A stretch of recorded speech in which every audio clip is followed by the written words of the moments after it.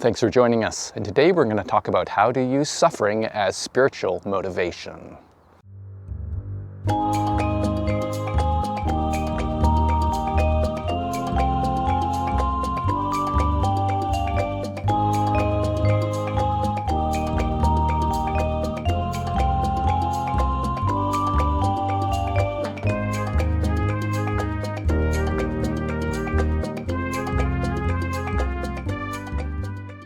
So people who have been drawn to the spiritual path often have experienced some sort of suffering.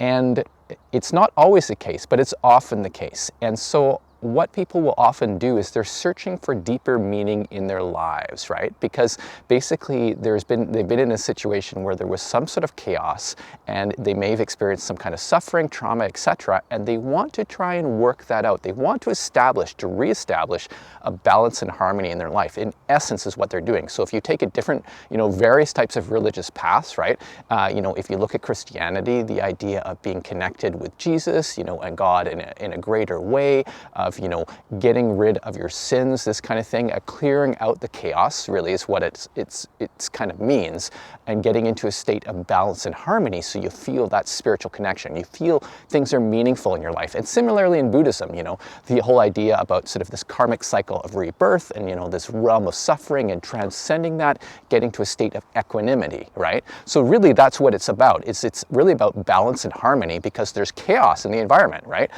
In one's experience, it could be trauma, etc. And then they're like, oh, I need to rebalance things. I need to get to a deeper state of balance and harmony. In essence is what people are craving.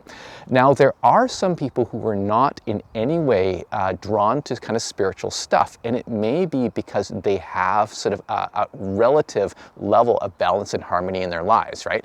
And it's going to be unique to everyone's circumstances, but there are just some people with they're good, they're like, oh yeah, my life is good, it's balanced, they had their parents were really, good for them, bringing them up in certain ways, and certainly they had struggles, but maybe not to the same degree as somebody who's drawn into a spiritual path. Myself being one of them, because I experienced a fair amount of trauma in my upbringing. So, the drive, right? Buddha, when they talk about the story of Prince Siddhartha, right, who later became Buddha, had this perfect, life in the palace. Everything, anyone who was old or had any disease or whatever was kept out of the palace. So he was insulated, he's going to be okay, blah, blah. And then, him wanting to go out into the town, right, despite the urgings of his kin, and then seeing, oh my God, look at this suffering. Oh, I got to figure this out, right? And then the whole thing for kind of the Enlightenment. So, it could happen in a variety of ways. But regardless, suffering or any kind of state of imbalance in one's life can be used as motivation for your spiritual development. And often what people are trying to do, and this is where kind of a lot of spiritual paths go awry, is that they want to get to a state of perfection. So if you're kind of in a Judeo-Christian background, the idea of sin, right, being a fall from God, a fall from perfection, a fall from a state of balance and harmony, and then hence the sin is something that we carry, right? It's not that simple. Just doing that alone, penance, right? Or in Buddhism, trying to transcend the suffering doesn't actually work. It can get you into a state of clarity and calmness with not much going on, but it's always temporary. And so what we need to do is to establish balance and harmony in the here and now, right? And a lot of spiritual paths that are very much about transcendence, they're trying to transcend the body, the emotions, the thoughts, all of those kind of things to get away from it. But actually that doesn't integrate the disparate parts, the parts in us that create chaos and imbalance. It does not integrate them. What we need to do is work from the inside out rather than trying to go out and then hoping that the in is going to be fixed, right? So this is where a lot of spiritual paths fall down. It doesn't hold water because they don't do a thorough job of this inner integration and balance and harmony. And that's why at Modern Kriya, our website modernkriya.com, we're informed by both a Daoist internal alchemy and Kriya yoga approaches, and we bring those things together to try and create a state of balance and harmony. Now, the recognition is that suffering can be a motivation. So regardless of whether or not you use the practices that we teach at Modern Kriya, which are extremely effective and are like a fast track for spiritual development, whether or not you use those, it makes no difference because ultimately it's really about you. So the first thing that we teach, that very much the Daoist practices bring us, is that we try to establish a sense of ground, a sense of inner earth, a sense of stability, something that can be used, a container, if you will, to process the chaos, right? The imbalance. And we do that with the moving practices initially, right? So these are basically Qigong practices. So if you've checked out some of my videos and so on, you have seen the ocean breathing, right? Also called the Ming breathing, this opening up of your inner space, right? This belly breathing, right? Opening up your inner space, establishing yourself, grounding yourself in the energy of your body, in the physicality of your body. So you are grounded. You have a stable place from which to do your spiritual inner transformation. That is the first step, right? You need that ground, right? You need that inner earth to allow you to handle the changes. You need a place to process it. You can't do it up in the sky. You can't do it in the ether, right? You need to do it in the here and now, in your bodily experience. And that's what we do from the very first step at Modern Kriya. So we get people doing the ocean breathing, the different Qigong exercises as well, right? So the ocean breathing, it allows you to open up your inner space, right? And you ground yourself in the experience of the body. This is so essential.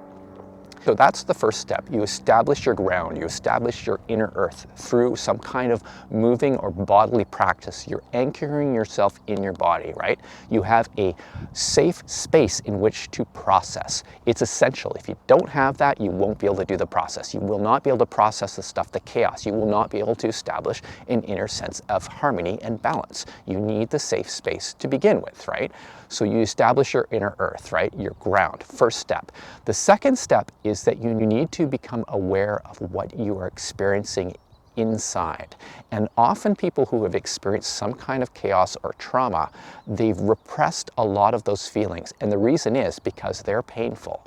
And I get that. It's tough, right? For sure. But if you do not process those things, they just remain stuck. So we often, as children, we grow up, and we learn things are tough for us to deal with, right? Certain things, and we get hurt, right? And what we do, or what we are taught to do, is to repress them, to push them down.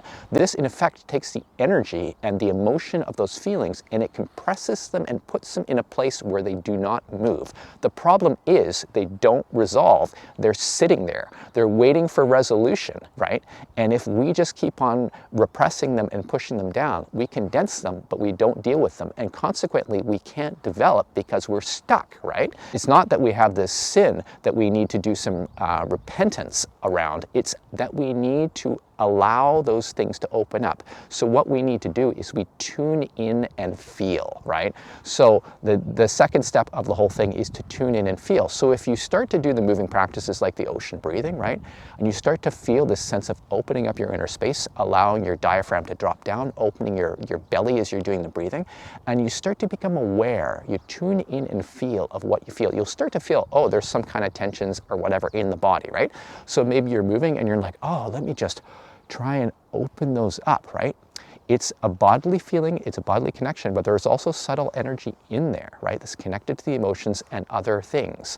And so once we start to tune in and feel, something happens, because we might get a bodily memory, we might remember something, from childhood or whatever, and it starts to surface, right? What we want to do is open up and feel it, right? Not to go, put it back, right? Compress it down, right? We need to open up and feel it. It's very important, because that energy, that light, part of the life force that has been condensed from that experience, is sitting there. It's sitting there, not moving. It's stuck. What we call stagnant qi in Daoist internal alchemy, right? It's stuck. And once we become aware of it, it starts to loosen a little bit, right? And if we feel it, tune in and feel it, it starts to open up. You may feel the emotional content starting to expand, right? We're starting to tune in and feel. And then what we need to do is to accept and transform. The process of acceptance is a alchemical process. It allows a transformation to at least begin. It might not happen fully, right? In this particular instance, we're using just the ocean breathing technique. But when we accept and allow it to transform, things start to open up. It's like the caterpillar in the chrysalis, it's there, right? It opens up the chrysalis, we start to tune in and feel, right? and accept and transform, it comes out of the chrysalis and it starts to take flight, right? It transforms into something other than it was. It's this path of spiritual development through this beautiful expression of life, right? Which is this, kind of inception of something and transformation and expansion, right? So that's a process. That's a process that happens in nature and similarly within us in our spiritual development. So getting back to suffering, we can use the suffering that we've experienced in life because we know we've got issues around particular things, right? For sure. Just at the surface level, you might not feel them, but you're like, whoa, I've got, this is a thing for me, right? I get triggered around this issue. You can use that as a motivation to say, okay, I get that. Let me establish a safe place first, right, by getting into my body. Let me try and tune into those feelings, right, and to feel them fully. And then let me accept them and allow them to change, allow their spontaneous change to happen. In this way, you can use your suffering as motivation for spiritual transformation, and you'll find things starting to transform within you. And you will find that you become a different person. And the reason is because the things that you think are you are a composite of your experiences and your reactions to them and what got stuck, right? So when you start to open things up, it's like you're getting the light side. You had the dark side, it was all condensed, and the light side, as it starts to be expressed and expand, is the yin and yang, right?